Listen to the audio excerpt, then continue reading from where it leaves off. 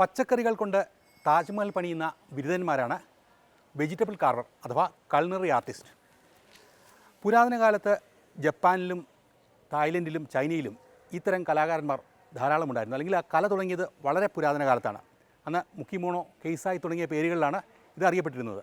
ഇന്ന് നമ്മുടെ നാട്ടിലും ധാരാളം വെജിറ്റബിൾ കാർവ് ചെയ്യുന്നവരുണ്ട്.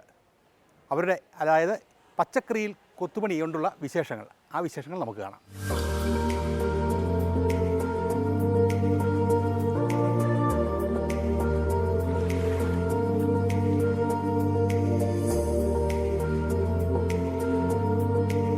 പച്ചക്കറികൾ കൊണ്ടും പഴങ്ങൾ കൊണ്ടും കലാവിസ്മയങ്ങൾ തീർക്കുന്ന വെജിറ്റബിൾ ആൻഡ് ഫ്രൂട്ട് കാർവിങ്ങിന് ചുരുങ്ങിയത് 7 നൂറ്റാണ്ടിൻ്റെ പാരമ്പര്യം അവകാശപ്പെടാനുണ്ട്. ചൈനയിൽ ഇത് 7-ാം നൂറ്റാണ്ടിൽ തന്നെ തുടങ്ങിയെന്നും പറയുന്നു.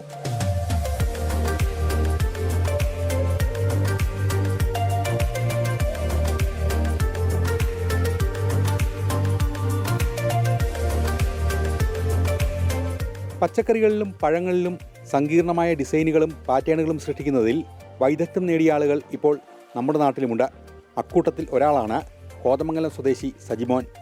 വർഷങ്ങളായി അമേരിക്കയിൽ കുടുംബസമേതം ജോലി ചെയ്യുന്ന സജിമോൻ പഴങ്ങൾ കൊണ്ടും പച്ചക്കറികൾ കൊണ്ടും വിസ്മയങ്ങൾ തീർക്കുന്നു.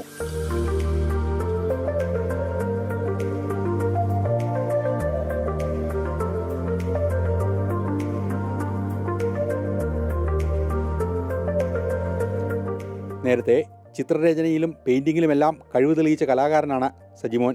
തണ്ണിമത്തൻ, ക്യാരറ്റ്, ബീട്രൂട്ട്, തക്കാളി, ക്യാപ്സിക്കം, പഴം, ആപ്പിൾ എന്നുവേണ്ട സകലതരം പച്ചക്കറികളും പഴങ്ങളും സജിമോൻ്റെ കയ്യിൽ കിട്ടിയാൽ വേറെ ലെവലാവും. ഇവയെല്ലാം നിമിഷനേരം കൊണ്ടാണ് സജിമോൻ്റെ കരവിരുതിൽ കലാസൃഷ്ടികളായി മാറുന്നത്.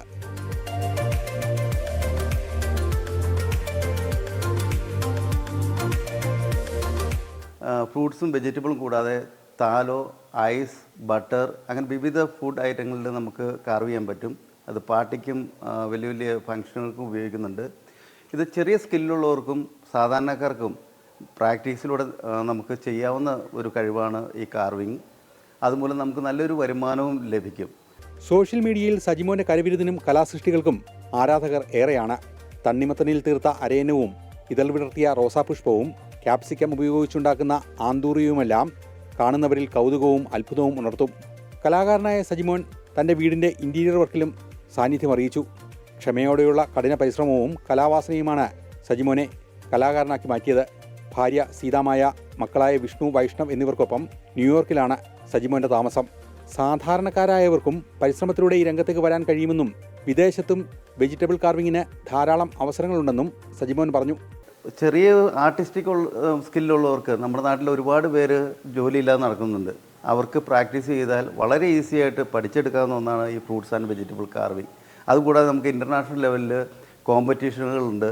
അതിലെല്ലാം പങ്കെടുക്കുകയാണെങ്കിൽ ഇപ്പോൾ എനിക്ക് ഫോർ എക്സാമ്പിൾ ഞാൻ തന്നെ US കോമ്പറ്റീഷനിൽ ഫസ്റ്റ് കിട്ടിയിട്ട് വിസ അവർ US ഗവൺമെൻറ് തന്നതാണ്. അങ്ങനെയാണ് എനിക്ക് ഗ്രീൻ കാർഡ് കിട്ടിയത്. അപ്പോൾ അതുപോലെ പല ഓപ്പർച്യൂണിറ്റികളും വേൾഡ് വൈഡ് ഉള്ള ഒരു സ്കിൽഡ് ജോബാണ് ഈ ഫ്രൂട്ട്സ് ആൻഡ് വെജിറ്റബിൾ കാർവിങ്. ഇന്ന് ആഘോഷാവസരങ്ങളിലും വലിയ ഹോട്ടലുകളിലും വെജിറ്റബിൾ കാർവിങ് പ്രോത്സാഹിപ്പിക്കുന്നതിനാൽ ഈ മേഖലയിലേക്ക് ധാരാളം ആളുകൾ കടന്നു വരുന്നുണ്ട്.